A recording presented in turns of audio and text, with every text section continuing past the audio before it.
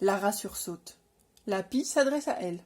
« N'aie pas peur, dit l'oiseau. Calme-toi, je vais t'aider. » « Me calmer ?» crie Lara. « Mon frère est prisonnier d'un arbre qui vient de pousser sous mes yeux. Et tu voudrais que je me calme ?»« Cet arbre n'est pas méchant, » répond calmement la pie.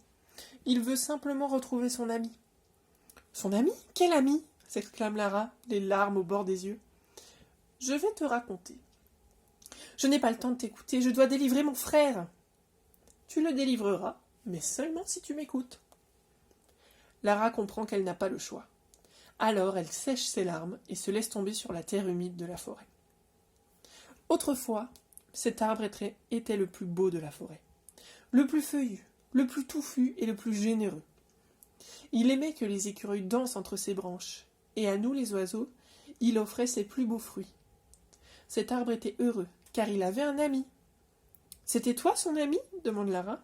« Oh non, à cette époque-là, je n'étais pas née. » Non, son ami, c'était un petit garçon. Mais, balbutie Lara, pourquoi l'arbre a-t-il emporté mon frère si haut dans le ciel ? Ce n'est pas lui, son ami. Non, ce n'est pas lui. Mais un jour, son ami, le petit garçon, est venu dire au revoir à son arbre. Il lui a dit qu'il partait loin et qu'il ne reviendrait pas avant longtemps. Il a serré l'arbre contre lui en pleurant, et il lui a dit adieu. L'arbre n'a pas supporté de perdre son ami, et il s'est mis à rétrécir, jusqu'à devenir une souche morte. Il a juré qu'il repousserait le jour où des larmes de petit garçon l'arroseraient. « Est-ce que ton frère a pleuré ?» demande l'oiseau. « Oui, il a pleuré. Il a eu peur à cause de l'orage. » Alors voilà pourquoi l'arbre a poussé. Pour sauver ton frère, tu dois retrouver ce petit garçon que l'arbre aimait tant. « Mais comment vais-je faire ?» demande Lara. « Dans la forêt, des indices t'y aideront. » Et l'oiseau s'envole, laissant Lara seule et désespérée.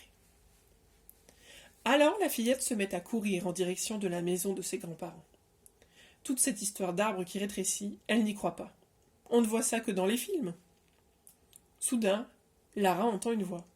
« Si tu as besoin de moi, je peux t'aider. » À ses pieds, elle aperçoit un écureuil avec une grande queue rousse et des petits yeux tout vifs. « M'aider ? Et comment ? Personne ne peut m'aider à part mes grands-parents, lui répond-elle. Et la fillette recommence à courir. « Attends !» crie l'écureuil. « Je dois te dire quelque chose d'important. » Lara s'arrête en se disant que, finalement, cet écureuil pourrait peut-être la conseiller. « Je t'écoute, dit-elle. Je m'appelle Lamiru. Suis-moi. Je t'emmène voir quelqu'un qui pourra t'aider à sauver ton frère.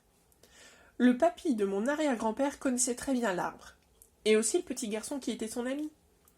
Mon arrière-grand-père se souvient très bien du récit de son papy sur cet événement.